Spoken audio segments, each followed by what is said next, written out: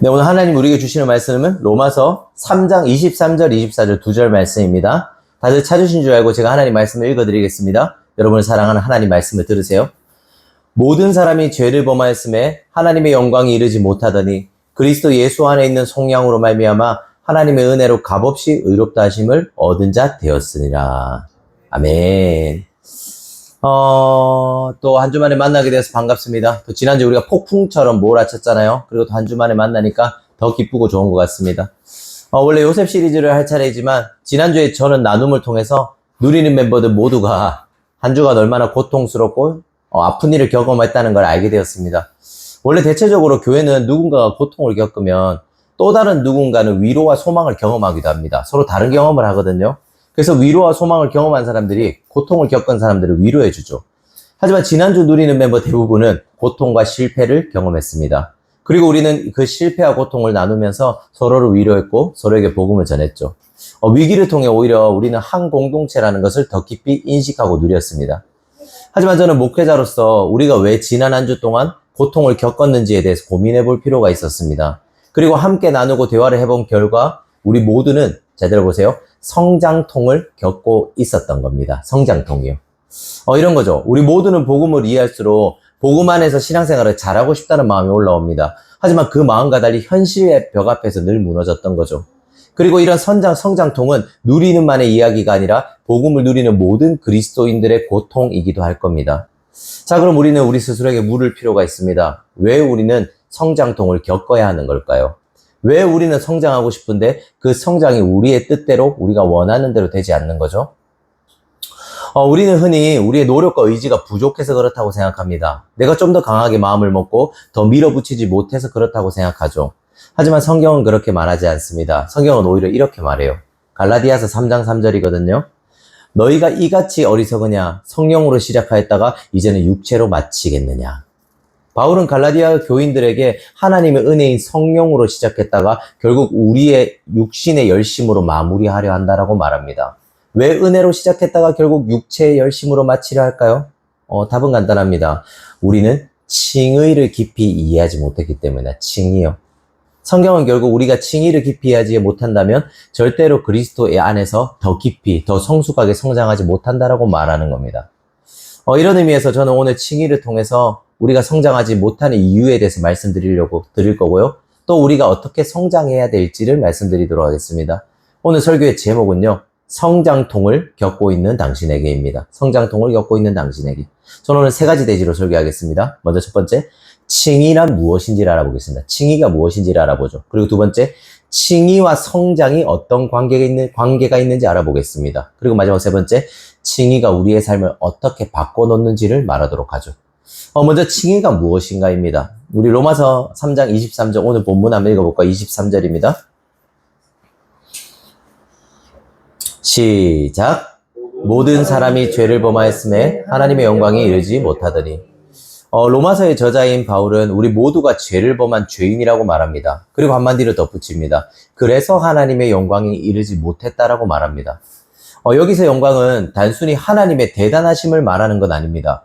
모든 인간은 하나님의 형상으로 지어졌습니다. 이는 우리가 하나님의 영광을 누리고 그분과 친밀히 교제하며 살도록 만들어졌다는 의미입니다. 그런데 죄가 들어오고 이 교제가 무너지게 된 거죠. 성경이 죄인이라고 말하는 것은 우리가 하나님 앞에서 설 자격, 하나님과 친밀히 교제할 자격을 잃어버렸다는 것을 죄인이라고 말합니다. 그렇다면 우리가 다시 하나님 앞에 서고 하나님과의 관계를 얻기 위해서, 다시 맺기 위해서 우리에게 필요한 건 뭘까요? 24절은 이렇게 말하거든요. 우리가 의롭다 하심을 얻어야 한다고 말합니다. 즉, 우리가 의로운 존재가 되어야지만 하나님과 다시 관계를 맺을 수 있다라고 말합니다. 기독교가 익숙하지 않은 분들은 이 의롭다라는 단어가 굉장히 낯설게 느껴질 겁니다. 심지어 기독교인들도 교리에 대해서 깊은 이해가 없다면 의롭다라는 단어는 조금 어렵고 생소하게 느껴질지도 모릅니다. 그럼 의롭다는 건 어떤 의미일까요? 이 팀켈러 목사님은 의롭다는 걸 설명하면서 이건 이력서와 같다고 말합니다. 다시 한 번 말씀드릴게요. 의롭다는 건 이력서와 같다고 팀켈러는 말합니다. 우리는 취업할 때 이력서를 냅니다. 그 안에서 나를 증명할 수 있는 학력, 경력, 자격증 같은 이력이 쓰여져 있죠. 그리고 우리가 이력서를 쓰는 이유가 뭐죠? 결국 이걸 보고 그 회사에서 날 받아달라고 말하는 겁니다. 이력서가 우리의 존재에 대한 증명인 거죠. 그리고 이는 성경이 말하는 의와 일맥상통합니다. 우리 모두는 하나님과의 관계를 위해 지음받았지만 죄로 인해서 하나님과의 관계를 잃어버렸습니다. 이때 우리에게 필요한 게 뭔가요? 다시 하나님께 받아들여지길 원하는 겁니다. 그리고 하나님께 이력서를 제출하는 거죠. 내 이력서를 보고 나를 받아주세요라고 하나님께 말하는 겁니다. 생각해 보세요. 우리 모두는 누군가에게 사랑받고 인정받고 싶다는 욕구를 가지고 있습니다. 여기에 난 사랑받고 싶지 않아요. 난 인정받고 싶지 않아요 라고 할 분은 단 한 사람도 없을 겁니다. 그걸 표현하지 않을 뿐이겠죠. 이것이 우리가 하나님 형상으로 지어졌다는 것의 의미이기도 합니다. 하나님이 우리를 인정과 사랑을 갈망하는 존재로 만드셨습니다. 우리가 누군가에게 사랑받고 인정받으려면 어떻게 하면 될까요, 그럼? 간단합니다. 사랑받을 만하고 인정받을 만한 사람이 되면 됩니다. 우리의 이력서를 사랑받을 만하고 인정받을 만한 걸로 가득 채우고 그 이력서를 하나님께 들이밀면 되는 거죠. 내가 죄로 인해서 당신과 멀어졌지만 내 이력서를 한번 보세요, 하나님. 난 당신에게 나아갈 자격이 있는 사람이랍니다. 난 다시 당신에게 사랑받을 자격이 있는 사람이에요. 이력서에 그렇게 쓰여져 있죠? 라고 우리는 하나님께 말하는 겁니다. 이와 같은 일을 오랫동안 한 사람이 있는데요. 바로 마르틴 루터라고 하는데 그는 16세기 종교개혁자이자 가톨릭의 잘못된 신학에 대응하면서 종교개혁을 일으키고 주장했던 사람입니다. 기독교 역사에서 아주 중요한 사람인데 루터의 신앙에서 가장 중요했던 게 바로 이 의라는 개념이었습니다.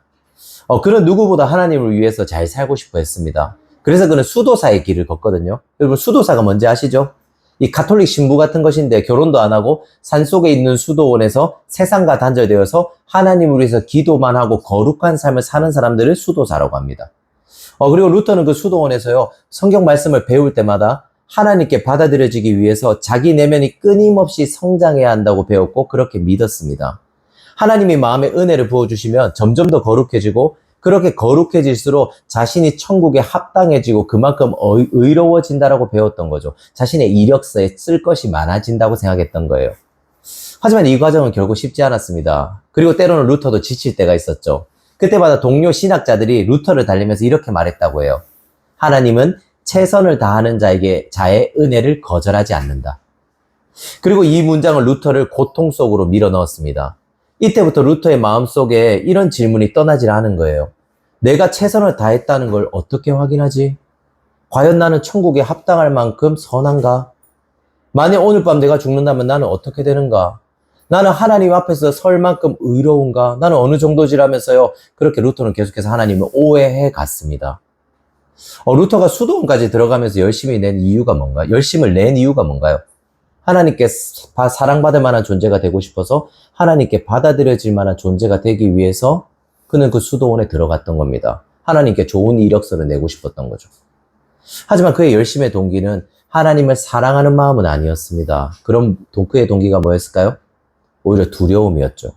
내가 열심히 하지 않으면 하나님께서 날 받아들여주지 않을 거라는 두려움이요.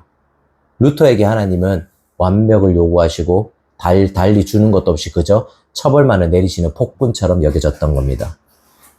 그리고 루터는 훗날 그때의 자신을 이렇게 고백해요. 비록 나는 수도사로서 나무랄 것이 없이 생활했지만 극도로 불안한 양심으로 스스로 하나님 앞에 죄인이라고 느꼈다. 나는 그분을 사랑하지 않았다. 그렇다. 나는 죄인들에게 벌을 내리시는 의로우신 하나님을 미워했고 신성 모독까지는 아니더라도 분명 난 하나님께 화가 나 큰 소리로 중얼거렸다. 루터의 고백이 어떻게 들리시나요? 하나님을 위해서 가장 열심히 산 사람이 결국에는 하나님을 미워하고 하나님에게 분노하게 되었습니다. 의를 얻기 위해서 자신의 삶을 내던졌지만 그에게 돌아온 건 하나님의 의가 아니라 하나님에 대한 오해였던 거죠. 참 아이러니하지 않습니까? 그런데 이건 500년 전 루터에게만 일어나는 일은 아닙니다. 우리의 삶에서도 일어나는 일이죠. 한번 보세요. 우리는 신앙생활을 할 때 때로는 의무감이나 책임감으로 하는 것들이 있습니다. 물어보죠. 여러분 오늘 예배를 어떤 마음으로 오셨나요? 정말 하나님을 사랑하고 기뻐하는 마음으로 오셨나요? 아니면 어쩔 수 없이 가야 하니까 오셨나요? 책임감이나 습관으로 왔냐라고 묻는 겁니다. 그리고 만약에 여러분이 오늘이나 언젠가 아무 이유 없이 예배에 빠진다면 하나님이 당신을 어떤 눈으로 바라볼 것 같나요? 또 이건 어떤가요? 여기 부모님들이 있죠. 우리가 아이를 키울 때 아이에게 감정적으로 분노하거나 폭발했을 때 하나님이 당신을 어떤 눈으로 바라볼 것 같죠? 그리고 또 분명히 우리는 지난주 나눌 때 우리의 죄악을 고백했고 기도하기로 결단까지 했습니다. 그런데도 이번 주에 그 죄를 다시 또 짓고 기도가 무너지는 자신을 보면서 하나님은 그런 당신을 어떻게 볼 거라고 생각했나요? 우리 모두는 이때 하나님이 우리를 못 믿어하시고 우리를 받아주시지 않을 거라고 생각하기도 합니다. 그리고 좀 더 솔직해져 볼까요? 많은 모태신앙들이나 신앙생활을 오래 하신 분들은 분명히 내가 죄를 지을 때도 하나님이 날 불쌍히 여기고 사랑한다는 것을 믿는다고 말합니다. 그렇죠? 여기서 신앙생활을 오래 한 분은 이에 동의할 거예요. 그럼 묻죠. 그런데도 왜 계속해서 여러분은 죄를 합리화하고 포장하고 감추려고 하는 거죠? 우리는 왜 죄를 지을 때마다 하나님께 저 죄인인 거 알죠? 하나님? 그때는 어쩔 수 없었어요. 저는 원래 그런 성향이에요 라면서 하나님께 가진 핑계를 대는 겁니까? 바로 그 죄가 드러나면 잃어버릴까봐 두렵기 때문입니다.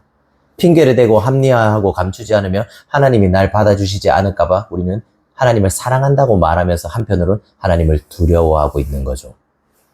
결국 방법은 다를지 모릅니다. 하지만 모두 다 우리는 루터와 별반 다를 바가 없는 사람들입니다. 우리는 하나님께 받아들여지지 못할까봐, 하나님이 내 이력서를 안 받아줄까봐, 하나님 내 이력서를 차버릴까봐 두려워하고 있는 겁니다. 제가 무슨 말 하고 싶은지 아시겠어요? 우리는 하나님을 사랑하셔서, 하나님이 우리를 사랑하셔서 나를 받아주고 안아준다라는 거라고 말하지만 우리의 삶에서 나타나는 반응과 태도는 사랑을 받는 사람의 태도는 아니라는 겁니다. 즉 우리는 받아들여지지 못할까봐 여전히 두려워합니다. 이것이 루터의 모습이었죠. 하지만 그렇게 괴로워하던 루터가 성경을 읽다가 하나님이 빛이 자신에게 비춰지는 걸 경험합니다. 로마서 1장 17절이거든요.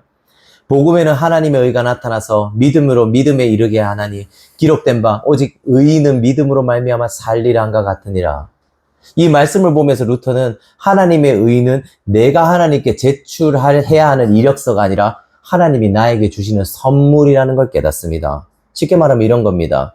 루터는 자신 안에서 자신의 어떠함으로 하나님께 받아들여지고 싶어 했습니다.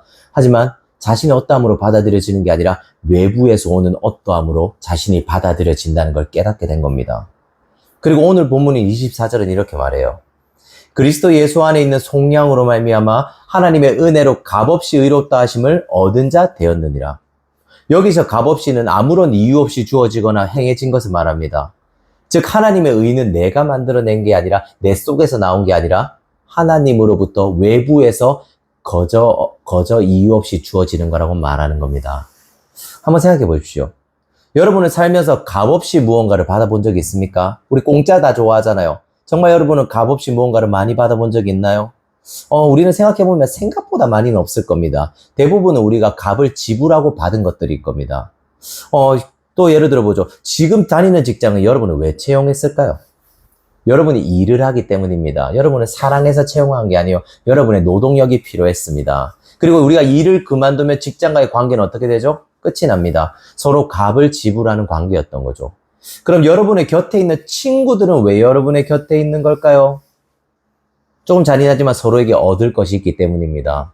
이 말을 들을 때 나와 내 친구는 안 그런데라는 생각이 드시는 분도 있을지 모릅니다. 맞습니다. 여러분과 여러분의 친구는 안 그럴 수도 있습니다. 그런데 이렇게 생각해 보십시오. 그 친구가 계속해서 나에게 상처만 주고 나를 이용하기만 합니다. 그 친구에게 내가 얻을 수 있는 건 하나도 없는데 그 친구는 계속해서 나한테 불편함과 어색함과 짜증남만 줍니다. 이때 여러분은 그 관계를 계속 붙잡고 있겠습니까? 그 사람을 계속해서 친구로 삼고 그 사람을 위해서 모든 것을 희생하시겠습니까? 아니요. 나에게 피해만 입히는 관계라 우리는 손절할 겁니다. 우리가 사는 세상에서 조건 없는 관계는 이처럼 찾아보기가 힘듭니다. 받으려면 먼저 줄 것이 있어야 하고 사랑받으려면 먼저 사랑해야만 하죠. 그리고 이 사실을 우리는 태어날 때부터 배워왔습니다. 누가 가르쳐준 것도 아닌데 이유만한 아기부터 한별이 은별이 윤우 서우까지 이미 이걸 알고 있죠. 착하게 굴어야 이쁨 받고 뭔가를 잘해야지 인정받는다는 사실을 그들은 알고 있습니다. 그럼 이렇게 물으실 분들이 있을지 몰라요. 부모의 사랑은 다릅니다. 부모는 정말 값없이 우리에게 모든 것을 준다라고 말할지도 모릅니다. 이것도 맞아요. 부모의 사랑은 값없는 사랑에 가장 가까운 사랑이기도 합니다. 하지만 조금 더 솔직해져 보십시오. 부모도 자녀가 계속해서 말을 안 듣고 말썽 부리고 통제가 되지 않을 때 지쳐하고 분노하고 화를 내지 않습니까? 저도 부모입니다. 과연 제가 우리 아이들에게 정말 값없이 모든 것들을 사랑해 줄까요? 제가 이 아이들에게 정말 어떤 조건도 내걸지도 않고 무한대로 이들을 사랑해 줄 수 있을까요? 부모가 되어 보신 분들은 알 거예요. 이건 불가능합니다. 이건 인간 부모가 할 수 있는 영역이 아닙니다. 결국 모든 인간들은 값없이 무언가를 줄 수 없는 존재이고 값없이 무언가를 받을 수도 없는 존재입니다. 그렇기 때문에 우리 모두는 누군가에게 더 받아들여지고 더 사랑받기를 갈망하는 거죠. 불가능한 걸 계속해서 가능하고 싶다는 욕망이 있는 겁니다. 그런데 24절은 뭐라고 말하죠? 그리스도 예수 안에 있는 속량으로 말미암아 하나님의 은혜로, 들어보세요, 값없이 의롭다 하심을 얻은 자 되었느니라. 우리가 하나님의 은혜로 값없이 의롭다 하심을 받았다고 말합니다. 즉 우리는 절대 부족할 수도 없고 모자랄 수도 없고 버림받을 수도 없는 완벽한 사랑을 그저 조건 없이 받고 있다라고 성경은 말하는 거예요. 저와 여러분이 예수 그리스도를 믿는다면 하나님과 우리의 관계가 완벽하게 연결되어 있고 절대 끊어질 수 없는 사랑을 받고 있다라고 말하는 거죠. 성경은 이걸 칭의라고 말합니다. 하나님 우리를 의롭게 여겨주십니다. 사랑받을 자격 없고 의롭다 여김 받을 자격 없는 자를 의롭다고 여겨주십니다. 그리고 우리는 이 세상 어디에서도 받을 수 없고 받은 적이 없는 그 사랑을 우리가 받고 있는 거죠. 적당히가 아니라 무한대로 말이에요. 이것이 칭의의 의미입니다. 두 번째 대지예요. 그렇다면 칭의와 성장이 어떤 관계가 있을까요? 칭의와 성장의 관계죠. 저는 예전에 이런 말을 종종 듣곤 했습니다. 목사님, 왜 설교마다 칭의를 얘기하시나요? 우리는 이미 예수님을 믿었고 칭의를 받은 사람들이잖아요. 근데 왜 설교 때마다 계속해서 칭의를 말하는 거죠? 칭의 말고 어떻게 살아야 되는지를 말해주세요. 이 말은 제가 성도들에게 듣기도 했지만 또 누구에게도 들었을까요? 목회자에게 듣기도 했습니다. 최인권 목사, 칭의를 그만 말하세요라고 들었죠. 저는 이런 질문들을 사랑합니다. 왜냐하면요, 신앙 안에서 진짜 성장하고 싶은 고민이 있는 사람들만이 저에게 이런 질문을 하기 때문이에요. 고민이 없는 사람들은 이런 질문 자체를 하질 않습니다. 그런데 저는 그럴 때마다 이렇게 말했습니다. 아마도 당신은 당신이 어떻게 살아야 하는지는 이미 알고 있을지 모릅니다. 그런데 어떻게 그렇게 살 수 있는지를 모를 뿐이죠. 다시 말씀드릴게요. 아마 당신은 어떻게 살아야 하는지는 이미 알고 있을지 모릅니다. 하지만 당신은 어떻게 그렇게 살 수 있는지를 모를 뿐일 겁니다. 아마도 우리 중에 성경 말씀이 몰라서 못 사는 사람도 있을지 모릅니다. 하지만 많은 분들은 이미 우리는 말씀을 알고 있음에도 불구하고 못 사는 경우가 훨씬 많을 겁니다. 생각해 보세요. 10년 전에도 올해는 성경 일독을 해야지라고 말하지만 10년이 지난 후에도 여전히 일독을 못하는 자신을 발견하는 사람이 있을 겁니다. 10년 전에도 음란물을 끊어야지라고 말했지만 10년이 지난 후에도 여전히 음란물을 끊지 못하는 자신을 발견한 사람이 있을 겁니다. 10년 전에도 누군가를 미워하지 말아야지라고 결단하면서 기도했지만 여전히 누군가를 미워하는 자신을 보고 있는 사람들이 있을 겁니다. 우리는 몰라서 못하는 게 아닙니다. 정확히 말하면 아는데도 안 되는 거죠. 그러면서도 저 같은 목회자에게 여러분은 묻는 거예요. 목사님, 어떻게 살아야 할지를 말해 주시죠. 알고 있으면서도요. 하지만 이건 우리가 어떻게 살아야 하냐고 물어볼 게 아니라요. 어떻게 물어봐야 되죠? 오히려 왜 그렇게 못 사는지를 물어봐야 되는 거죠. 목사님, 저는 왜 말씀을 하는데도 그렇게 못 사는 걸까요? 저는 왜 이렇게 열심히 하는데도 왜 그렇게 되지 않는 거요를 물어봐야 되는 거죠. 자, 그럼 이에 대해서 제가 대답해 드리겠습니다. 우리는 왜 말씀대로 살지 못할까요? 말씀을 아는데도 왜 안 되는 거죠? 이 질문에 답하기 위해서 칭의와 성장이 어떤 관계가 있는지를 알 필요가 있습니다. 칭의와 성장의 관계 첫 번째는요, 순서를 헷갈리지 않는 겁니다. 순서를 헷갈리지 않는 거예요. 우리는 대체적으로 칭의를 신앙생활의 출입문 정도로 생각하는 경향이 있습니다. 이런 거죠. 예수님이 날 위해 십자가에 죽으셔서 나를 의롭다 해주셨어. 좋아. 그리고 묻죠. 그 다음 미션은 뭐죠? 이제 내가 뭘 하면 되나요? 나는 그걸 이제 알았어요. 그럼 이제 내가 뭘 하면 되죠? 다음 진도로 나가는 겁니다. 우리는 칭의에 머물 생각을 하지 않습니다. 칭의를 넘어서면 칭의를 안다고 생각하면 바로 다음 진도를 빼려고 하는 거죠. 그리고 이런 말을 들어보셨을 겁니다. 구원은 하나님이 하시고 성화는 우리가 한다는 말입니다. 이건 이런 말이에요. 너희를 구원해주는 칭의는 하나님의 은혜이지만 그리스도인으로 사는 건 너희의 책임이라는 거죠. 무슨 말인지 이해하시겠어요? 여러분, 이 말은 맞는 말인가요? 어떻게 생각하십니까? 이 말은 성경적인 말일까요? 구원은 은혜로 받지만 사는 건 너희 책임이라는 말이요. 이 말은요, 성경적인 말이 맞습니다. 빌립보서 2장 12, 13절은 이렇게 말하거든요. 그러므로 나의 사랑하는 자들아, 너희가 나 있을 때뿐 아니라 더욱 지금 나 없을 때에도 항상 복종하여 두렵고 떨림으로 너희 구원을 이루라. 그 다음 근데 이렇게 말하거든요. 너희 안에서 행하시는 이는 하나님이시니 자기의 기쁘신 뜻을 위하여 너희에게 소원을 두고 행하게 하시나니. 성경은 분명히 하나님이 우리에게 행하신다라고도 말하지만 동시에 너희 구원을 이루라고도 말합니다. 그런데 중요한 거는요, 순서예요. 순서를 헷갈린다면 우리는 오류에 빠지고 하나님을 오해하게 될 겁니다. 보십시오. 성경은 우리에게 일어나는 일들, 우리가 하는 모든 일들이 하나님의 주권 100%, 인간의 책임 100%라고 말합니다. 이게 무슨 말일까요? 제가 질문해 볼 테니까 한번 답해 보세요. 여러분, 오늘 예배에 오기로 결단한 건 누구인가요? 그리고 실제로 일어나서 준비하고 발걸음을 옮겨서 예배 자리에 앉아 있는 건 누구죠? 우리입니다. 그런데 우리에게 예배를 가야겠다는 마음과 일어나서 이곳까지 무사히 올 수 있는 건강과 사고 나지 않고 무사히 올 수 있는 환경은 누가 준 거죠? 우린가요? 하나님이 주신 겁니다. 자, 그리고 또 보죠. 우리가 자기 전에 기도를 합니다.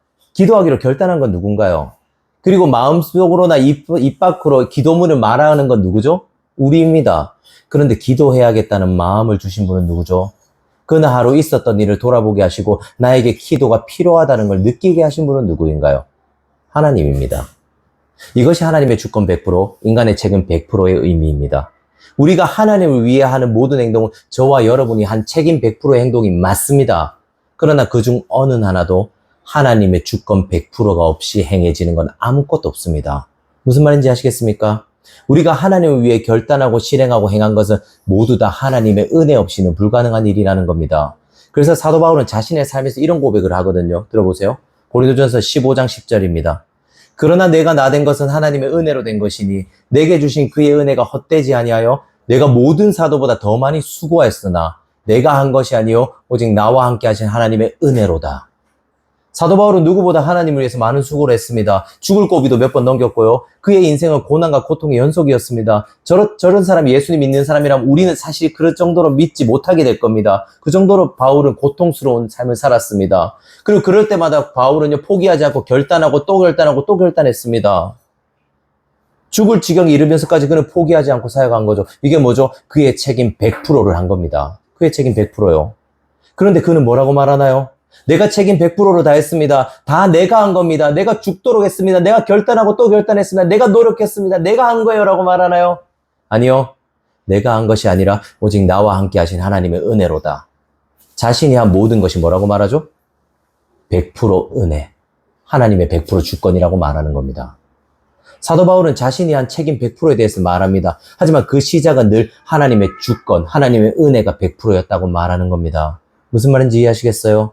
우리는 하나님의 은혜가 아니고서는 하나님을 위한 생각과 일을 단 하나도 할 수 없는 존재라는 의미입니다. 이걸 신학적 용어로 이렇게 말해요. 전적 타락이요. 전적 타락이요. 많은 사람들은 전적 타락을 들을 때 우리가 선한 행동을 하나도 할 수 없다는 걸로 이해합니다. 즉, 우리가 불쌍한 사람도 도울 수 없고 누군가를 이해하거나 누구를 긍휼하게 여길 수 있는 마음이 없다는 걸로 해석하면서 우리는 전적으로 타락하지 않았어라고 말합니다. 하지만 성경이 말하는 전적 타락은 그런 게 아닙니다. 성경이 말하는 전적 타락은 오히려 죄인은 하나님과 하나님이 아닌 것이 있을 때 항상 하나님이 아닌 것으로 마음이 기울여진다는 걸 말합니다. 죄인은 하나님과 하나님이 아닌 것이 있을 때요, 늘 하나님이 아닌 것을 택합니다. 여러분 생각해 보십시오. 예배와 여러분을 사랑하는 사람과의 여행, 은혜가 없는 사람은 당연히 뭘 택할까요? 당연히 사랑하는 사람과 여행을 택할 겁니다. 그리고 여러분 설교 한 편을 듣는 것과 넷플릭스 정주행, 뭘 선택할까요? 당연히 넷플릭스 정주행이죠. 그리고 하나님 말씀을 읽고 기도하는 것과 집에 와서 누워서 유튜브 보고 게임하는 것, 뭘 선택하죠? 죄인은 당연히 유튜브와 게임을 선택합니다. 이것이 죄인의 특징입니다. 본능이죠. 죄인의 본능은 늘 항상 always 하나님이 아닌 쪽으로 기울어지게 되어 있습니다. 즉 하나님의 은혜가 없다면, 하나님의 우리 이쪽으로 끌어오시는 하나님의 은혜가 없다면 죄인의 마음은 계속해서 기울어서 죄를 선택하고 죄를 즐거워한다고 말하는 게 뭐죠? 전적 타락입니다. 그래서 사도 바울의 삶에서 그렇게 결단하고 또 결단하고 고통을 견디면서 자신을 쳐서 복종시키고 죽음의 위기 앞에서도 나아가는 그 모든 책임에 대해서 결국 사도 바울은 자기가 해놓고도 이렇게 말할 수밖에 없었습니다. 모든 것이 은혜라고요. 바울은 순서를 헷갈리지 않은 거예요. 은혜가 있었기 때문에 책임 100%를 할 수 있다는 걸 믿었던 거죠. 그에게 늘 하나님의 은혜가 먼저였고 책임이 그 다음이었습니다. 그래서 그는 눈앞에 죽음이 왔다 갔다 하는 상황에서도요, 하나님의 은혜를 믿었기 때문에 책임 100%를 다할 수 있는 사람이 된 거죠. 이런 의미에서 우리에게 은혜가 없다면 우리는 죄를 짓는 것에 갈등하거나 죄와 싸우지도 않을 겁니다. 우리에게 은혜가 없다면 죄를 짓는 것에 약간의 양심의 가책을 느낄지 모르나 하나님과의 관계에서 미안한 마음은 들지 않을 겁니다. 그리고 우리에게 은혜가 없다면 여기 있는 어느 누구도 회개하지 않고 하나님께 돌아오지 않습니다. 그저 죄를 향해서 계속해서 달려나갈 뿐입니다.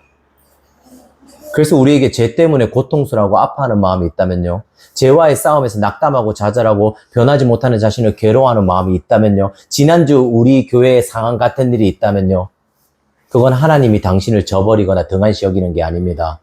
여전히 우리를 향해서 뭘 베푸고 있는 거죠? 주권 100%, 은혜 100%를 베풀고 계신 겁니다. 그리고 그 주권 100%가 있기 때문에 우리는 계속해서 갈등하고 싸우고 괴롭고 고통스러워하는 겁니다. 즉, 그분이 은혜를 주시기 때문에 우리는 성장통이라는 걸 경험하는 거예요. 은혜가 없다면 성장통은 없습니다. 경험할 수가 없어요. 그래서 성장통은요, 그분이 저와 여러분을 포기하지 않고 여전히 사랑하고 은혜를 베풀고 있다는 증거이기도 합니다. 칭의와 성장의 관계 두 번째는요, 칭의는 성장의 엔진이라는 겁니다. 앞서서도 말했지만 우리는 칭의를 신앙생활의 출입문 정도로 생각합니다. 새신자들에게 필요한 게 칭의라고 생각하는 거죠. 그런데 한번 자동차를 한번 생각해 보십시오. 자동차가 굴러가려면 여러 가지가 필요합니다. 바퀴도 필요하고 배터리도 필요하고 핸들도 필요하고 뭐 라이트도 필요하고, 이 모든 것들은 자동차에 아주 중요합니다. 하지만 자동차의 핵심이 있죠. 이것이 없다면 자동차는 시동조차도 걸리지 않습니다. 뭘까요? 엔진입니다. 엔진. 이 데인 오틀랜드라는 제가 애정하는 목사님이 있는데 그는 이런 말을 해줍니다. 들어보세요. 복음은 신앙생활의 출입문일 뿐 아니라 계속 나아가는 길이며 시동을 거는 배터리 케이블이 아니라 차를 계속 움직이게 하는 엔진이다. 이건 이런 말입니다. 많은 사람들이 칭의를 배터리 케이블로 이해한다는 거예요. 배터리 케이블 아시나요? 이거 있잖아. 우리가 배터리가 나갔을 때 다른 차를 점프라고 하죠. 와서 이제 점프해주고 이제 그 차는 가잖아요. 그리고 나서 이제 엑셀은 그 차의 힘으로 굴러가는 거죠. 즉 배터리 케이블이 하는 일은 뭐죠? 잠깐 죽었던 사람을 살려주는 것 정도예요. 그리고 이제 필요가 없어지는 거죠. 우리는 이런 식으로 칭의를 생각한다는 겁니다. 그런데 오틀랜드 목사는 칭의는 배터리 케이블이 아니라 실제로 계속해서 차를 움직이게 하는 뭐라고 말하는 거죠? 엔진이라고 말합니다. 배터리 따위가 아니라 차의 가장 핵심인 엔진이 칭의라고 말하는 겁니다. 계속해서 그는 이렇게 말합니다. 성경의 명령이 무가치하다는 뜻은 결코 아니다. 하지만 성경의 명령은 성장의 운전대일 뿐 엔진은 아니다. 운전대는 방향을 제시하지만 그 방향으로 갈 수 있는 힘을 주지는 못한다. 데인 오틀랜드는요, 성경에 나오는 명령들이 우리를 어디로 가야 될지 정확히 알려주는 운전대라고 말합니다. 너희는 거룩해라, 너희는 사랑해라, 너희는 용서해라. 운전대가 완벽한 거죠. 하지만 운전대를 붙잡고 아무리 돌려봐야 엔진이 꺼져 있다면 차는 더 이상 나아갈 수가 없습니다. 오틀랜드가 말하는 건 하나입니다. 우리가 칭의를 이렇게 대한다는 거죠. 가장 중요한 엔진인 칭의를 배터리 케이블처럼 쓰고 덜 중요한 운전대인 성경의 명령들을요, 가장 중요한 엔진처럼 생각할 때가 있다고 말하는 겁니다. 그리고 성경에는 실제로 이런 실수를 저지른 사람들이 나옵니다. 바로 바리새인들이에요. 그들은 겉으로는 누구보다 말씀과 율법을 철저히 지켰습니다. 그리고 그들이 진짜 말씀과 율법을 지켰다면 그들은 당연히 영적으로 자라나야만 했습니다. 하지만 예수님이 그들을 향해 뭐라고 말하죠? 마태복음 24장을 보면 예수님은 그들을 향해서 회칠한 무덤이라고 말합니다. 회칠한 무덤은 이런 거예요. 겉은 하얗게 보기가 좋은데 그 안에는 사람의 뼈가 가득한 무덤이라는 의미입니다. 그들은 율법을 완벽에 가깝게 지켰지만 성장은 일어나지 않고 계속해서 교만해져만 갔습니다. 왜 그렇죠? 그들은 엔진 없이 운전대만 계속 돌리고 있었던 거예요. 방향은 맞았죠. 하지만 그 방향으로 나아가게 할 엔진은 없었던 겁니다. 그들은 칭의를 의지한 게 아니라 자신들이 얼마나 잘하는지, 자신들이 얼마나 잘 지키는지, 자신들이 얼마나 잘 사는지를 의지하며 살았던 거죠. 그리고 그 결과 그들은 예수님으로부터 멀어진 거예요. 아시는 분들도 계시겠지만 저는 매번 설교의 마지막 대지에서 그리스도가 우리를 위해 사신 일을 말합니다. 우리가 해야 할 일 말고 예수님이 우리를 위해 사신 일요. 여기서 핵심이 칭의이고 그분이 우리를 의롭다 여기고 우리를 사랑한다는 사실이죠. 그리고 마지막은 늘 당신들을 위해 그런 일을 하신 예수 그리스도께 오라고 말하면서 끝을 냅니다. 저는 그리스도가 하신 일을 보고 그분께 오는 것이 우리가 구원을 받을 뿐 아니라 성장할 수 있는 유일한 방법이라고 매번 설교 때마다 말하는 겁니다. 엔진을 보라고 말하는 거죠. 예수 그리스도가 하신 일이 여러분의 성장의 엔진이라고 저는 매번 말하는 겁니다. 그리고 이게 그리스도께 오라는 의미예요.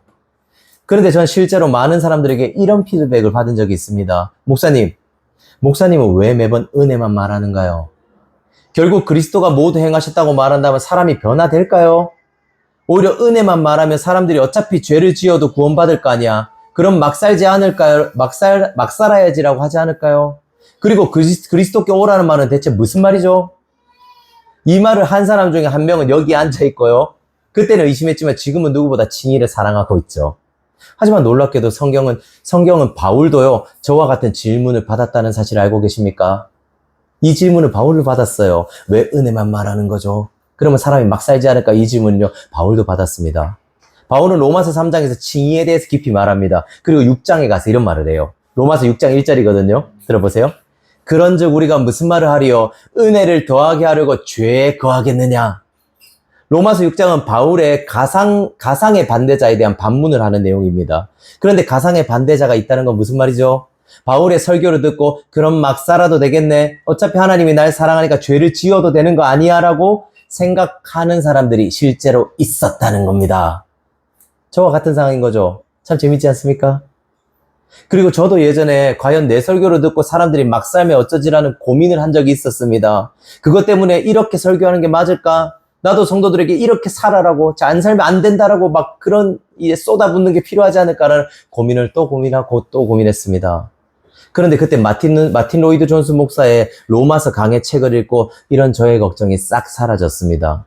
이 마틴 로이드 존스는 들어보세요. 우리의 신앙생활 중에 누군가의 설교를 들으면서 그럼 막 살아도 되겠네라는 질문이 단 한 번도 떠오른 적이 없다면 사람들이 아직도 은혜를 제대로 들은 적이 없다고 생각한다고 말했습니다. 무슨 말인지 이해하시겠어요? 좀 어렵죠? 다시 말씀드릴게요. 마틴 로이드 존스는요, 여러분이 신앙생활 중에 누군가의 설교를 듣고요, 이 사람의 설교를 들으니까 우리 막 살아도 되는 거 아니야? 이러면 은혜만 말하면 우리 방자히 행하는 거 아니야? 라는 질문이 여러분이 한 번도 떠오른 적이 없다면요, 누군가의 설교를 듣고 그 사람은 아직도 은혜에 대한 제대로 된 설교를 들어본 적이 없다라고 말하는 겁니다. 이해하시겠어요? 이건 어쩌면 목회자의 치부를 건드리는 말일 수도 있어서 조금 조심스러운데요. 조금 솔직하게요. 그리고 제 개인적인 의견일지도 모르니까 좀 알아서 잘 가려서 들어주세요. 지금부터는. 혹시 많은 설교자들이 가지는 두려움이 무엇인지 아십니까? 이건 많은 사람들이 칭의를 강조하지 못하는 이유일지도 모릅니다. 바로 사람들에게 이렇게 살면 안 돼. 너희 똑바로 살아야 된다. 하나님의 자녀처럼 살아야 돼. 정신 차리고 단디 살아야 돼. 이렇게 말하지 않으면요, 성도들이 변하지 않을 거라고 생각하기 때문입니다. 그래서 설교에서 주로 말하는 게 뭘까요? 어떻게 살아야 되는지를 계속 말하는 거예요. 그렇다고 칭의를 말하지 않는 건 아니에요. 칭의를 잠깐 말하죠. 하지만 그 뒤엔 다 뭘 말하죠? 어떻게 살아야 되는지를 말합니다. 칭의를 엔진으로 쓰는 게 아니라 배터리 케이블 정도로 쓰는 거죠. 죽은 자를 그냥 잠깐 살리는 정도. 그리고 그 뒤에는 어떻게 살아야 될지를 말하는 거예요. 그렇게 설교를 들은 성도들의 머릿속에 뭐만 남게 될까요? 이렇게 살아야 돼. 이번 한 주도 죄를 지으면 안 돼. 적용을 잘해서 말씀을 실천해야 돼. 칭의는 온데간데 없어집니다. 오직 나의 책임 100%만 남게 되죠. 그리스도가 나에게 행하신 일은 기억 남지 않은 채 내가 그리스도를 위해서 뭘 해야 되는지만 기억에 남습니다. 그렇게 많은 교인들은요, 주중에 책임을 떠안는 채 열심히 살아갑니다. 하지만 그렇게 열심히 살다 결국 어떻게 되죠? 지치게 됩니다. 지치게 돼요. 교회 안에 이렇게 많은 사람들이 지쳐갑니다. 그리고 이때 지친 사람들에게 설교자는 또 어떤 설교를 하죠? 힘내세요. 주님이 명령하십니다. 주님이 사명을 주십니다. 다시 일어나서 달려갑시다. 목회자들이 왜 이렇게 설교하는 걸까요? 저는 이에 대해서 많은 고민을 했고요. 저도 실제로 이렇게 설교한 적이 있어서 괴로워해보기도 했습니다. 그리고 한 가지를 깨닫게 되었죠. 어쩌면요, 많은 설교자들도 칭의를 엔진으로 생각하지 않을 수가 있습니다. 칭의만으로는 사람이 안 변한다고 생각하는 거죠. 은혜만으로는 사람이 변하지 못할 수도 있다고 생각하는 겁니다. 은혜에다가 무언가를 더해야지만 사람이 성장한다라고 생각하는 거죠. 왜죠? 왜 이렇게 설교할 수밖에 없을까요? 어쩌면 본인도요, 칭의를 깊이 누리지 못하고 있기 때문일지도 모릅니다. 본인이 칭의로 변화되지 못하는 걸 자기도 알기 때문이에요. 그리고 저도 실제로 목회 현장에 있을 때요, 실제로 이런 말을 들었고 이런 저를 의심하기도 했습니다. 이런 거였죠. 과연 복음만으로 충분한가? 진짜 내가 성도들에게 복음만을 전하면 성도들이 변화될까? 진짜 내가 교회에서 복음만을 전하면 우리 교회가 부흥할까? 이런 두려움과 의심에 시달리기도 했습니다. 그렇다면요, 은혜가 우리를 막 살게 만든다는 말, 은혜만으로 부족한다는 말에 대해서 사도 바울은 과연 어떻게 대답할까요? 로마서 6장 2절, 아까 1절 다음 절이거든요. 이렇게 말해요. 그럴 수 없느니라. 죄에 대하여 죽은 우리가 어찌 그 가운데 더 살리요. 왜죠? 왜 은혜 가운데 있는 사람은 그럴 수 없다라고 말하는 겁니까? 한번 부부를 생각해 보십시오. 어떤 아내가 남편에게 이렇게 말합니다. 자기야, 당신이 날 정말 사랑하는 거 알아. 나도 당신 정말 사랑해. 뭐 쪽쪽쪽쪽 뭐 이렇게 하는 거죠. 그런데 나 잠깐 다른 남자 좀 만나가도 괜찮아? 밤만 같이 보내고 내일 아침에는 들어올 거야. 그리고 내일 아침에 당신이 일어났을 때 당신 옆에 누워 있을게.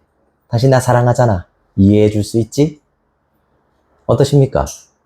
여러분은 이 아내를 보면서 어떤 생각이 드십니까? 미쳤다고 하겠죠. 정신이 나갔다고 할 겁니다. 왜죠? 그 사람은 결혼을 했고 남편을 사랑한다고 말합니다. 그런데 지금 무슨 말도 안 되는 짓을 하는 거죠. 성경은 하나님과 우리가 결혼한 사이라고 말합니다. 그런데 신부인 우리가 죄를 지을 때 하나님께 그런 말을 하는 것 같습니다. 저와 여러분이요, 나 다른 남자랑 자고 올게요. 그렇다고 당신을 사랑하지 않는 건 아니에요. 내일 아침에 다시 올 거예요. 하지만 다른 남자랑 참 뜨거운 밤을 보내고 올게요. 사랑해요. 내일 봐요. 우리가 죄를 지을 때 하나님께 이렇게 말하는 겁니다. 이것이 은혜를 받았으니 막 살아도 된다는 말과 같습니다. 이건 있을 수 없는 일이죠. 이건 말도 안 되는 끔찍한 일입니다. 우리 모두는 이 사람에게 입을 모아서 말할 겁니다. 당신은 은혜를 모른다고. 당신은 그 사람을 사랑하는 게 아니라고. 당신은 지금 결혼이 어떤 의미인지 모른다고 말할 겁니다. 그렇지 않습니까? 하나님의 은혜를 알면서도 계속해서 죄를 짓고 마음대로 살면서 하나님을 사랑한다고 말하는 건 하나님을 사랑하는 게 아닙니다. 하나님과 결혼한 게 아니고 하나님과의 결혼을 착각하고 있는 겁니다. 즉, 그 사람은 은혜 받은 적이 없는 사람일 수는 있어도 은혜를 아는 사람은 아닙니다. 이것이 바울의 대답인 거예요. 칭의를 아는 사람은 결코 그럴 수 없다라고 바울은 말하는 겁니다. 칭의를 안다면 너는 막 살 수 없다라고요. 절대요. 칭의를 계속해서 말할 때 우리는 절대로 막 살게 되지 않습니다. 왜냐하면 칭의는 하나님이 우리를 향해서 부르시는 사랑의 세레나데이자 그분의 사랑의 메아리이기 때문입니다. 그분이 죄인을 사랑한다고 고백하는 겁니다. 그분이 자격 없는 자를 사랑한다고 고백하는 게 칭의입니다. 계속해서 이 칭의를 듣는다면 과연 우리는 막 살게 될까요? 아니요. 오히려 칭의를 듣지 못하는 사람일수록 죄를 짓고 더 막 살게 될 겁니다. 결국 성경은 우리의 성장이 언제 일어난다고 말하는 거죠? 계속해서 네가 이렇게 살아야 돼, 네가 잘해야 된다고 말할 때인가요? 아닙니다. 너의 어떤가 상관없이 네가 사랑받고 있고 네가 의롭다 여김을 받고 있다는 걸 깨달을 때 우리는 성장하고 변하게 된다고 말합니다. 신랑의 사랑의 말과 행동을 보고 신부가 그에게 빠져들듯이 우리도 그렇게 변한다는 거죠. 그런 의미에서 우리가 성장하지 않고 있다면요, 사실은 우리는 하나님 우리를 사랑하는 걸 모르는 겁니다. 사랑은 우리를 변화하게 만드니까요. 마지막 대지예요. 그럼 칭의는 우리의 삶을 어떻게 바꿔놓을까요?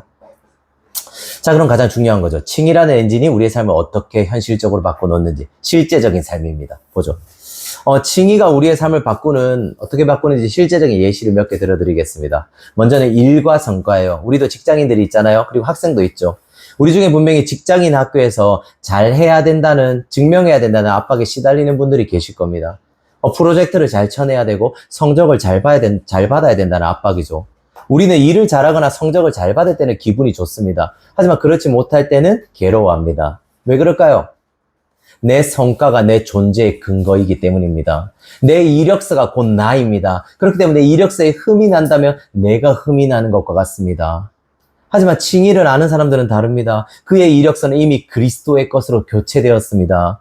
그래서 이 사람은 잘할 때 자만하지 않습니다. 왜냐하면 그 성취가 자신이 잘해서 만들어낸 게 아니란 걸 알기 때문이에요. 그리고 이 사람은 일에서 성과가 없거나 성적을 못 받았을 때도 무너지지 않습니다. 왜냐하면 그 실패도 자신의 근원적인 정체성을 건드릴 수 없기 때문입니다. 그리고 이들은 늘 회사나 학교가 날 먹여 살려, 회사가 날 먹여 살려라고 말하지 않습니다. 오히려 하나님이 날 먹여 살려라고 말하면서 하나님을 인정하고 그것을 기억합니다. 그리고 이런 사람들이 결국 어떻게 되는 줄 알아요? 회사의 노예가 되지 않습니다. 성적의 노예가 되지 않습니다. 훨씬 더 자유롭게 기쁨으로 일을 하면서 회사나 학교에서 누군가를 사랑하고 섬길 수 있습니다. 그리고 두 번째는 부부관계예요. 여기에서 결혼하신 분들에게 묻고 싶습니다. 우리가 부부싸움 할 때 우리가 진짜로 하고 있는 것이 무엇인지 아십니까? 다시 한번 말씀드릴게요. 우리가 부부싸움을 할 때, 잘 들어보세요. 우리가 부부싸움을 할 때 진짜로 우리가 하고 있는 게 뭔지 아세요? 재판입니다. 재판. 내가 당신을 위해서 이것도 했고 오늘 이것도 했고 저것도 했다고, 나는 오늘 이후에 똥기저귀를 몇 번 갈았고 당신이 수영 가는 동안 몇 시간이나 이유를 봤다고 하고 싶은 말을 다 하는 거죠. 이럴 때 나는 이렇게 희생하는데 당신은 그걸 알아주지도 않고 당신은 날 위해서 뭘 해주는데? 우리는 배우자를 피고인석에 세웁니다. 그리고 내가 한 착한 일들을 증거로 내세우는 거죠. 왜죠? 내가 옳다는 판정을 받고 싶은 거예요. 내가 이겼다라는 판결을 받고 싶은 겁니다. 그래서 많은 부부들이 자주 하는 말이 뭔가요? 당신하고 나 사이에는 CCTV가 필요해. 난 억울해. 누가 중간에서 재판장이 있었으면 좋겠어. 이 재판을 누가 옳은지 판단해 줄 사람이 있으면 좋겠어라고 말하잖아요. 저만 그런 건 아니죠? 왜 우리는 이렇게 판결에 절실한 걸까요? 아직 무죄 판결을 받아보지 못했기 때문입니다. 내가 옳다는 것을 아직 확보해 보지 못한 사람들은 집에서라도 내가 옳다는 걸 증명하고 확보하고 싶어 합니다. 그래서 여러분, 회사에서 찌질한 사람이 집에 가면 어떻게 해줘? 지팡상제. 집에 가면 왕이 됐잖아요. 집에 가면 군림하잖아요. 왜요? 회사에서 난 찌질이었거든요. 회사에서 옳다 하심을 못 받으니까 집에서라도 내가 옳다는 걸 증명해야 되는 겁니다. 그래서 배우자들에게 그 판결을 뜯어내려고 하는 거예요.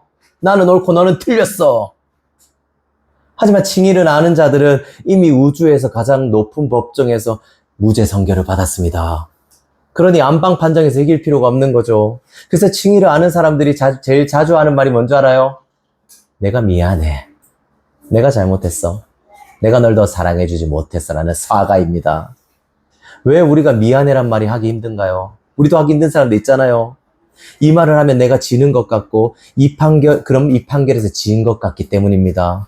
하지만 칭의를 아는 사람들은 이 가정의 판결에서 져도 괜찮습니다. 왜냐하면 나의 판결은 이미 하나님 앞에서 완전히 무죄를 받았거든요.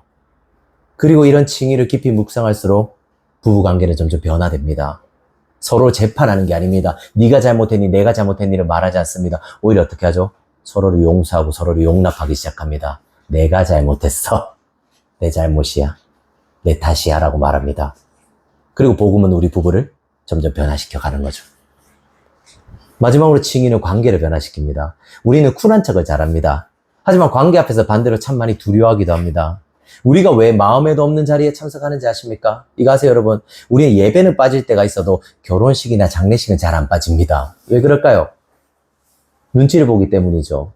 나쁜 사람이 되기 싫은 겁니다. 그리고 왜 우리는 누군가에게 하고 싶은 말을 하지 못하는 거죠? 왜 눈치를 보고 있나요? 우린 나쁜 사람이 되기 싫어하기 때문이에요. 좋은 사람이란 말은 못 들어도 저 사람 별로다, 저 사람 예의 없다, 저 사람 의리 없다는 말은 듣기 싫어합니다. 그래서 우리는 다른 사람들의 평에 생각보다 예민하지 않습니까? 누군가가 날 평가하는 말 한마디를 한다면 그것에 때로는 천국에 가기도 하고 때로는 지옥에 가기도 하잖아요. 일희일비하지 않습니까? 그렇잖아요. 하지만 칭의를 아는 사람은 다릅니다. 이들은 사람들의 반응을 신경 안 쓰는 건 아니에요. 하지만 그 반응에 일희일비하진 않습니다. 그들의 말 한마디에 내가 천국과 지옥을 오가지는 않습니다. 오히려 이 사람은 누군가의 눈치를 그렇게 많이 보지 않습니다. 그래서 필요할 때 누군가를 위해 사랑의 쓴소리도 해줄 수 있습니다. 그리고 누군가가 날 지적하잖아요. 그것 때문에 내가 무너지거나 좌절하거나 분노하지도 않습니다. 왜죠? 나는 이미 하나님께 인정받았거든요. 저 사람이 인정해주지 않아도 하나님이 나를 인정하셨습니다. 굳이 사람의 인정에 목매지 않아도 우주를 지으신 분이 날 사랑하고 있다고요. 이거면 충분한 거 아닌가요? 그래서 우리 말하잖아요. 예수면 충분하다고. 이런 의미예요. 결국 칭의는요, 관계의 포로에서 우리를 해방시켜줍니다. 사람들의 평가에서 우리를 자유하게 해줍니다. 가면을 벗고 그리고 누군가를 진짜 사랑하게 해주는 거죠. 우리가 신앙적으로 애를 쓰고 열심을 내매도 왜 계속해서 성장 없이 제자리 걸음 같은지 아십니까? 우리는 계속해서 그 사랑의 근거를요, 그 이력서를 내 안에서 찾기 때문입니다. 그런데 복음은 두 가지 사실을 말해줍니다. 먼저 너는 죄인이라고 말하죠. 이는 우리 안에 찾을 만한 근거가 하나도 없다고 말하는 겁니다. 우리 안에 하나님을 향할 수 있는 선한 것은 하나도 없다고 말하는 겁니다. 하지만 복음은 동시에 그런 네가 감히 상상할 수 없는 사랑을 받았다고도 말합니다. 죄인인 네가 사랑받았다고요. 이게 무슨 말일까요? 네 안에서 찾을 근거는 없지만 네 밖에서 너를 위해 주어진 근거가 있다라고 말합니다. 너를 위해 밖에서 쓰여진 완벽한 이력서가 너에게 투입되었다라고 말하는 거죠. 그것이 어딜까요? 그 이력서가 무엇인가요? 무엇이 외부로부터 우리에게 투입된 그 근거인가요? 바로 예수 그리스도입니다. 24절을 읽어보시겠습니까? 24절은 이렇게 말하거든요. 그리스도 예수 안에 있는 속량으로 말미암아 하나님의 은혜로 값없이 의롭다 하심을 얻은 자 되었느니라. 성경은 예수 그리스도가 우리를 속량했다고 말합니다. 속량은 노예를 몸값을 주고 사는 것을 의미합니다. 그리스도는 죄의 노예였던 우리를요, 값을 주고 사셨습니다. 그렇게 우리는 그분의 것이 되었죠. 그런데 그리스도가 우리를 사기 위해서 치른 값이 무엇인지 아십니까? 우리는 그걸 값없이 받습니다. 하지만 그분은 값없이 우리를 데려가지 않으셨습니다. 그분은 값을 치르셨죠. 엄청난 현금이었나요? 엄청난 금괴나 자신의 명예였나요? 아니요. 그리스도는 그분 자신을 파셨습니다. 자신의 목숨이요. 자신의 죽음으로 우리의 값을 치르셨다고요. 우리 같은 하찮은 놈을 위해서 신이신 하나님이 죽으셨습니다. 죄인인 우리가 달려야 될 십자가에 죄가 없으신 그분이 달리셨습니다. 죄인이 받아야 될 형벌을 그분이 대신 받으셨습니다. 십자가에서 우리에게 쏟아져야 됐던 모든 심판대의 정죄가 십자가에서 그분에게 쏟아집니다. 그분은 재판에서 유죄 판결을 받고 지옥에 떨어지게 되죠. 여러분, 우리가 우리 자신에게 솔직하다면 우린 이런 고백을 할지 모릅니다. 하나님, 저는 선하지 않습니다. 저는 하나님을 향한 의로운 행위를 하지 못합니다. 저 같은 놈은 절대 하나님과 함께 할 만한 존재가 못 됩니다. 저는 사랑받을 자격이 없어요. 이건 사실이에요. 우리 안에는 하나님께 사랑받고 받아들여질 만한 근거가 단 하나도 없습니다. 하나님이 저와 여러분을 사랑할 이유가 없어요. 그런데 오늘 우리가 계속 얘기한 게 뭐죠? 칭의죠. 그분이 사랑받을 자격 없는 우리를 위해서 이력서를 바꾸셨습니다. 그분이 우리를 위해서 정체성을 바꾸셨습니다. 그분이 우리를 받아들이고 우리를 인정하셨습니다. 우리 안에 절대 찾을 수 없는 근거를 그리스도 안에서 그렇게 찾을 수 있게 된 거예요. 이게 무슨 말이죠? 우리가 예수님이 가진 의를 가질 수 있게 되었다는 말입니다. 하나님은 우리를 그냥 참아주시고 그냥 받아주는 게 아니에요. 억지로 참는 게 아니에요. 억지로 우리를 용서하고 사랑하는 게 아닙니다. 에베소서 1장 6절은 이렇게 말하거든요. 들어보세요. 이는 그가 사랑하시는 자 안에서 우리에게 거저주시는 바 그의 은혜의 영광을 찬송하게 하려 하는 것이라. 그리스도 예수 안에 있는 우리는 하나님의 억지로 어쩔 수 없이 받아들이는 존재가 아닙니다. 오히려 에베소서는 이렇게 말하죠. 그는 그가 사랑하시는 자 안에서 우리에게 거저주시는 바. 오히려 아버지가 그리스도처럼 우리를 사랑하시고 아껴주시는 자녀로 삼으셨다는 거예요. 우리는 이걸 칭의라고 말합니다. 그분이 우리 자신의 아들처럼 의롭다고 사랑한다고 여겨주는 거죠. 여전히 우리 마음 한구석에 하나님이 정말 이런 나를 받아주실까라는 두려움이 있으십니까? 여전히 머리로는 하나님이 날 사랑해라고 말하지만 여전히 내 마음 한구석에 진짜 하나님이 날 사랑해 주실까라는 두려움이 있으신 분 계신가요? 그리고 여전히 세상 가운데서 내가 받아들이지 못할까봐 두려워하고 있는 분은 계시지 않습니까? 과연 난 세상에서 인정받을 수 있을까? 과연 난 세상에서 살아남을 수 있을까? 이곳에서 사람들이 날 받아줄까라고 두려워하시는 분들이 계신가요? 그런 분들께 말씀드립니다. 그 답을요, 여러분 안에서 찾지 마십시오. 거기에선 절대 답을 찾을 수가 없을 겁니다. 오히려요, 외부에서 나에게 주어진 칭의를 보십시오. 내가 무엇을 하든 어떤 상황이든 심지어 내가 죄의 고통 중에 있을지라도 그분이 날 사랑하는 눈으로 보고 나를 의롭게 여겨주신다는 사실을 기억하십시오. 사랑하는 우리 여러분, 그런 당신을 불쌍히 여기는 그리스도께 오십시오. 그런 당신에게 칭의를 주시는 그리스도께 오십시오. 그분 안에서 저와 여러분은 그리스도만큼이나 사랑받고 있습니다. 이 사실을 기억할 때 이 칭의가 우리 마음속에 채워질 때 우리는 성장하지 말래도 성장하게 될 겁니다. 기뻐하면서요. 우리 한번 이 시간요, 찬양하면서 기도하며 나아갈까요?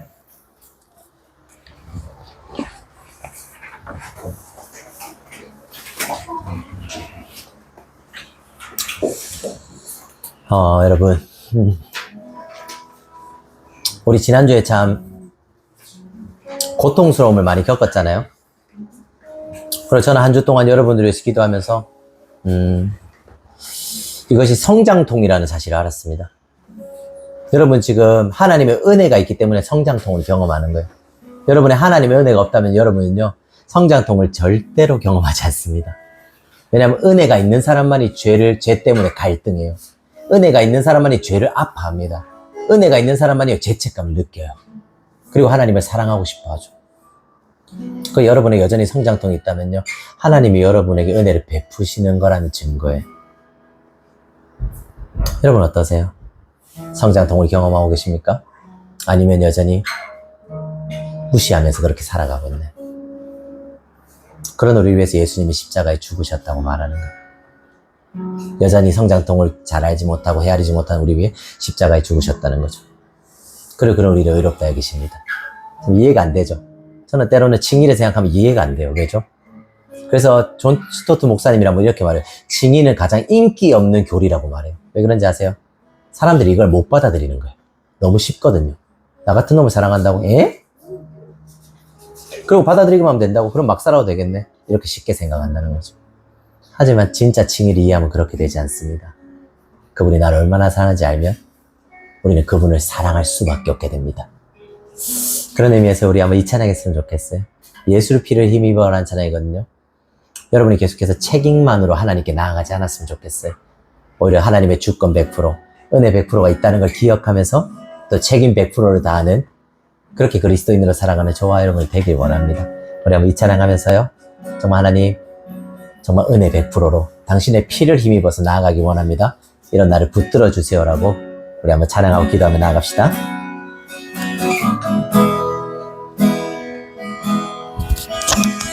주의 보좌로 나갈 때에 어떻게 나가야 할까? 나를 구원한 주의 십자가, 그것을 믿으며 가네. 우리 다시 한번 찬양할까요? 주의 보좌로 나아갈 때, 주의 보좌로 나아갈 때에 어떻게 나가야 할까? 나를 구원한 주의 십자가, 나를 구원한 주의 십자가, 그것을 믿으며 가네. 자격 없는 내 힘이 아닌, 자격 없는 내 힘이 아닌, 오직 예수님의 보혈로. 자격 없는 내 힘이 아닌, 자격 없는 내 힘이 아닌, 오직 예수님의 보혈로. 우리 그 사랑을 찬양할까요? 십자가의 보혈, 완전하신 사랑, 힘입어 나갑니다.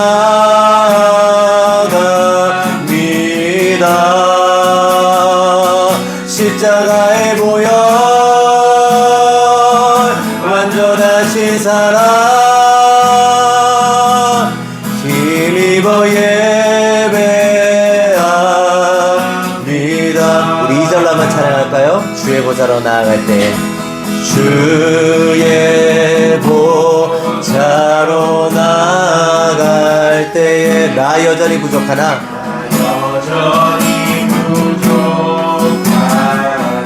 네, 나를 품으신 주의 그 사랑, 나를 품으신 주의 그 사랑, 그것을 믿으며 자격 없는 내 힘이 아닌, 자격 없는 내 예수님의 보혈로 오직 예수님의 보혈로 아멘. 자격 없는 내 힘이 아니라 자격 없는 내 힘이 아니 오직 예수 그리스도의 보혈로 나아갑니다. 예수님의 보혈로 우리 그 십자가를 찬양합시다. 십자가의 보혈 완전하신 사랑 힘입어 나갑니다.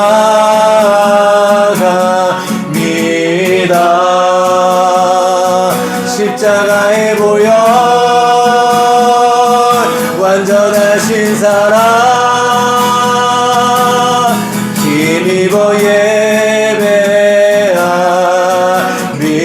십자가의 보혈 십자가의 보혈 완전하신 사랑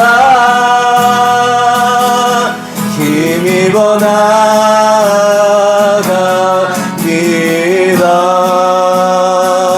십자가의 보혈 완전하신 사랑 힘입어 예배하 우리 마지막으로 한번 찬양합시다. 십자가의 보혈 십자가의 보혈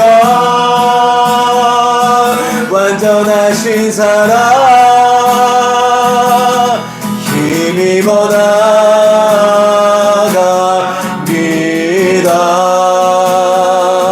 십자가의 보혈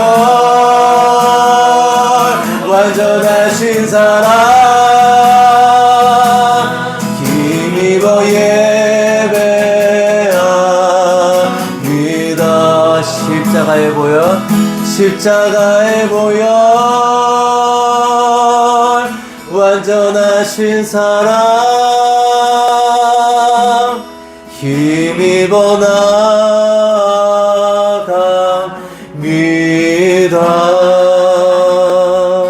십자가의 보혈 완전하신 사랑 힘입어 예배합니다.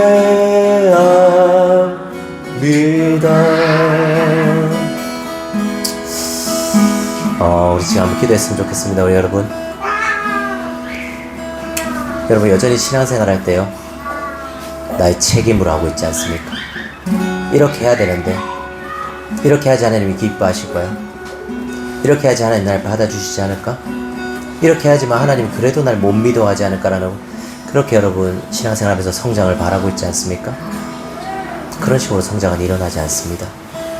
오히려 성경은 네 안에 사랑에 대한 확신이 있을 때 네 안에 네가 여전히 받아들여지고 인정받고 있다는 그 완벽한 사실이 있을 때 그 사실이 흘러넘칠 때 너는 성장할 수 있다라고 말합니다. 즉 하나님의 은혜 100%가 있을 때 여러분의 책임 100%를 다할 수 있다라고 말하는 겁니다. 여러분 어떠십니까? 여러분이 잘 성장하고 있습니까? 정말 성경이 말하는 대로 성장하고 있습니까? 이 시간 우리 한번 기도하며 나아갔으면 좋겠습니다. 하나님 당신의 은혜를 기억하기 원합니다. 당신을 나를 위해서 행하신 그 칭의를 기억하기 원합니다. 여전히 나 같은 죄인을 사랑한다 말하시고 의롭다 여겨주시는 그 칭의를 기억하며 그 사랑이 흘러 넘쳐서 내 책임 100%를 다하기 원합니다. 그렇게 그리스도인으로 살아가고 성장하기 원한다라고요. 하나님 내게 사랑과 은혜를 기억하고 그 사랑을 부어달라고요. 이 시간 우리 한번 주여 한번 외치고 기도하며 나아갈까요? 주여!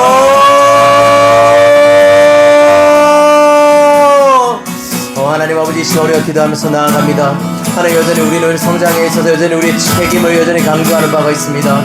여전히 우리의 책임을 다하고자 정말 의무감과 책임감 때문에 신앙생활을 할 때가 많습니다. 내가 이렇게 살아야지 하나님이 날 받아주지 않을까? 내가 이렇게 살아야지만 하나님을 좀 기쁘게 하게 해주지 않을까? 내가 이렇게 살아야지만 하나님을 조금 나를 못 믿어 격이지 않을까라고 고민하면서 괴로워하면서 그렇게 신앙생활을 하고 있습니다.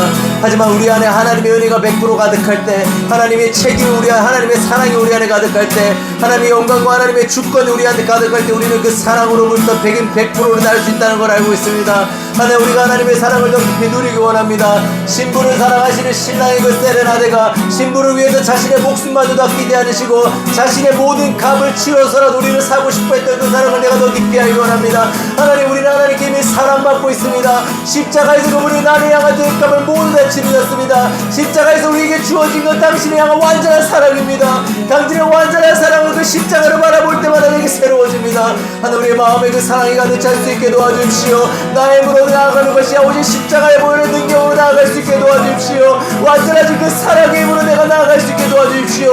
우리 안에 그 완전한 사랑이 가득 찰 때 우리는 성장할 것 믿습니다. 우리 안에 그 완전한 사랑이 차고 오를 때 우리는 성장할 것 믿습니다. 하나님, 우리를 사랑하십니다. 하나님, 우리를 다스리십니다. 하나님, 우리를 위하고 계십니다. 하나님, 우리를 위해서 자신의 목숨마저 아끼지 않으셨습니다. 하나님, 이 사랑을 내가 이제서 나아갑니다. 이 사랑을 바라보며 나아갑니다. 이 사랑이 나를 살립니다. 이 사랑이 나를 성장시킵니다. 하나님, 내가 그 사랑을 더 기억할 수 있게 도와주십시오. 완전하신 그 사랑을 애타게 찾을 수 있게 도와주시옵고 그 사랑 안에 내가 성장할 수 있게 도와주십시오.